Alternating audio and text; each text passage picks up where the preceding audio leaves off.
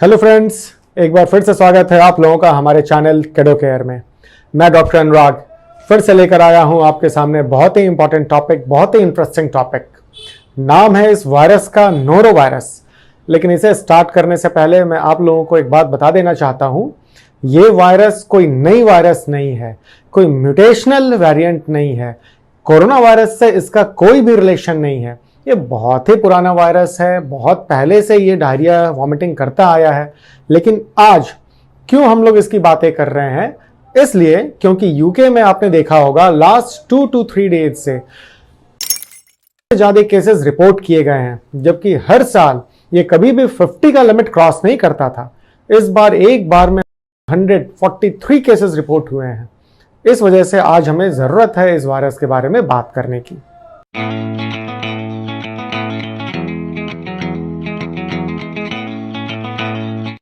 Norovirus एक GI virus है। यह गैस्ट्रोइंटेस्टिनल ट्रैक्ट को इन्वॉल्व करता है। जनरली इसे विंटर वॉमिटिंग बग के नाम से जाना जाता है। कहीं कहीं कुछ लिटरेचर में इसे स्टमक बग भी कहा गया है। एंड ये जब कभी भी मॉनसून स्टार्ट होता है तो इनिशियल डेज ऑफ मॉनसून में ये वायरस मिलता है, इसका इफेक्ट बॉडी में देखने को मिलता है। नोरोवायरस का ट्रांसमिशन ओरोफिकल रूट से होता है। जनरली ये 3 सेटिंग्स में देखने को मिलता है। सबसे पहला सेटिंग, सपोज वाटर या फूड जो कॉन्टामिनेटेड है इस वायरस से, जब आप इन वाटर को या फूड को कंज्यूम करोगे तो ये आपके बॉडी को अफेक्ट करेगा। दूसरा, वो सरफेस जो इस वायरस से कॉन्टामिनेटेड है, उस सरफेस पे अगर आपने हैंड रखा एंड देन उसे आपने माउथ में प्लेस किया तो फिर ये आपको अफेक्ट करेगा। एंड तीसरा रूट ऑफ ट्रांसमिशन, ये अगर आप देखते हो उस सेटिंग में होता है जहां पे एक पेशेंट ऑलरेडी इस नोरोवायरस से अफेक्टेड है। आप उस पेशेंट के केयर में लगे हुए हो, या तो आप उनके साथ शेयर कर रहे हो उनके यूटेंसिल्स को, उनके कंटेनर को, या आप उनके साथ साथ खाना खा रहे हो, तो ये आपको ट्रांसमिट होने के चांसेस बढ़ जाते हैं। तो बेसिकली ओरोफिकल रूट का मतलब हुआ कि ये वायरस फीसेस में, स्टूल में पास करते हैं एंड कॉन्टामिनेट करते हैं वाटर को या सरफेसेस को, या जहां भी आप फूड बना रहे हो, प्रिपेयर कर रहे हो उस एरिया को। तो अगर ये वायरस पार्टिकल से कॉन्टामिनेटेड है एंड देन नॉर्मल पर्सन जब इनके कांटेक्ट में आते हैं, खासकर हैंड्स, एंड हैंड के बाद जब वो माउथ में रखते हैं, प्लेस करते हैं विदाउट वॉशिंग देयर हैंड्स, तो ये ट्रांसमिट होता है वायरस। इसलिए हमें आज के डेट में हैंड माउथ हाइजीन को मेंटेन करना बहुत जरूरी है। अगर सिम्टम्स की बात करें तो जनरली नाम ही बताता है, नाम है स्टमक बग, नाम है विंटर वॉमिटिंग बग। कहने का मतलब कि जब मॉनसून सीजन शुरू हो रहा है तो इस वायरस का इंपैक्ट आपको देखने को मिलेगा। एंड जनरली ये आपके जीआई ट्रैक्ट को, गैस्ट्रो इंटेस्टिनल ट्रैक्ट को अफेक्ट करता है, जिसके वजह से स्टार्ट होगा थोड़ा पेन में, पेट में दर्द होगा। दर्द के बाद थोड़ी सी वॉमिटिंग टेंडेंसी रहेगी, नोजिया फीलिंग रहता है, देन लूज मोशंस भी हो सकता है इस केस में। साथ ही साथ कुछ एसोसिएशंस भी मिलते हैं। फीवर हो सकता है इसमें, फीवर का ग्रेड माइल्ड, मॉडरेट से लेकर सीवियर तक हो सकता है। हेडेक रहेगा, बॉडी एक बहुत रहेगा, मसल्स में क्रैम्प्स रहता है, वीकनेस, सुस्ती, डिजीनेस, ये सब भी आपको साथ ही साथ इसमें मिलती है। बट जनरली चूंकि ये जीआई ट्रैक्ट वायरस होता है तो इसमें आपको जीआई रिलेटेड कंडीशंस ज्यादा देखने को मिलती हैं, खासकर रिपीटेड एपिसोड्स ऑफ वॉमिटिंग।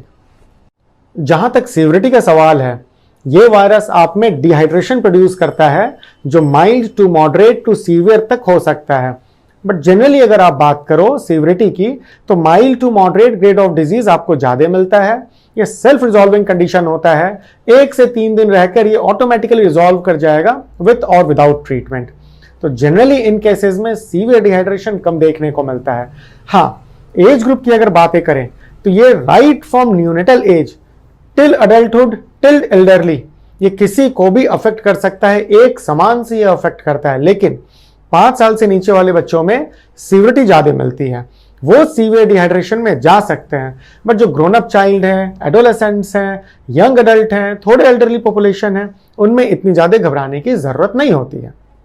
अब आप ये सोच रहे होंगे कि हमें एक बार नोरो वायरस तो हो गया, क्या हमें अब दूसरी बार होगा या फिर कभी नहीं होगा?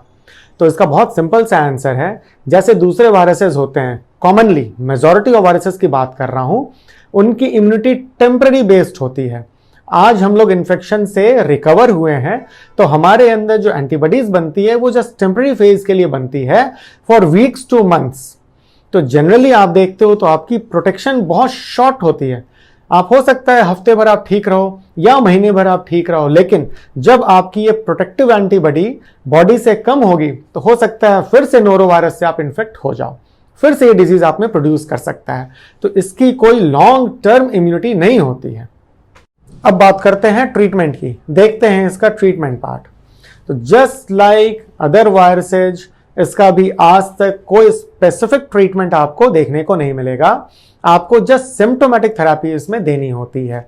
सिम्टोमेटिक थेरेपी कहने का मतलब है कि अगर आपको फीवर है तो फीवर के लिए मेडिसिन दी जाएगी, अगर आपको पेन एब्डोमेन है, वॉमिटिंग है तो पेन एब्डोमेन वॉमिटिंग के लिए आपको मेडिसिन दी जाएगी, लूज मोशंस है तो लूज मोशंस को केयर करना होगा।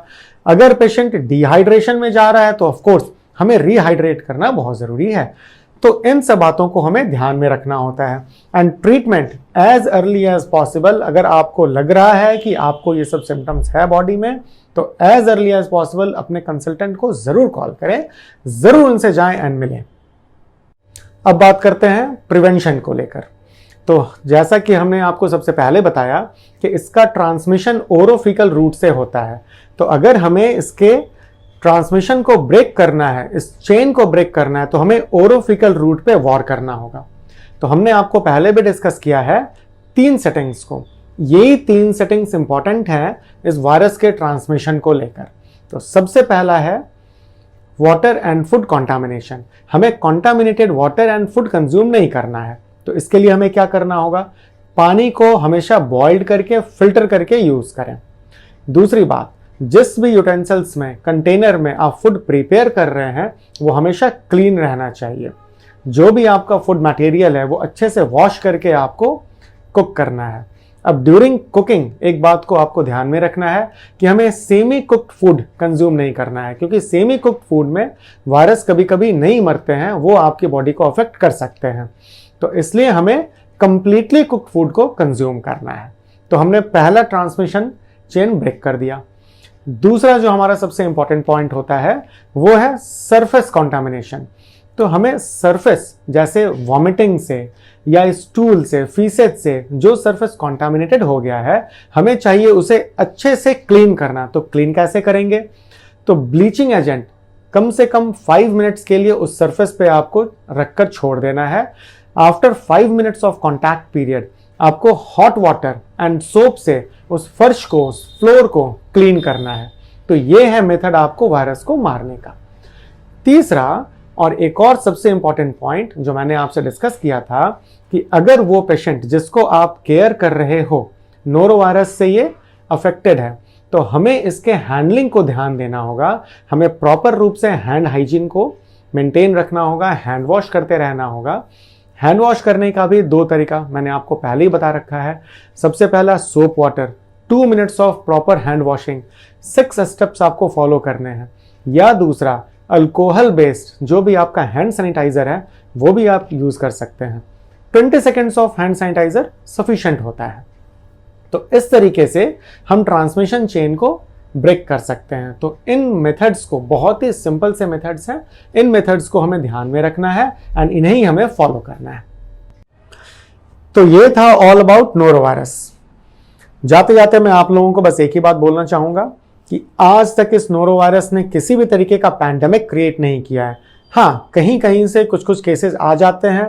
हो सकता है ये जिस रीजन से आ रहा है वहां पे एपिडेमिक हो सके। न्यूज़ चैनल्स में, न्यूज़पेपर्स में हर जगह दिखाया जा रहा है कि आउटब्रेक हो गया, आउटब्रेक हो गया, बट इस बात को मानकर चलें कि ये पैंडेमिक क्रिएट नहीं करेगा। इसलिए निश्चिंत हो जाएं, घर में रहें, सुरक्षित रहें, न्यूज़ देखें जरूर, आपके आसपास क्या हो रहा है जाने जरूर, लेकिन घबराएं नहीं। Thank you.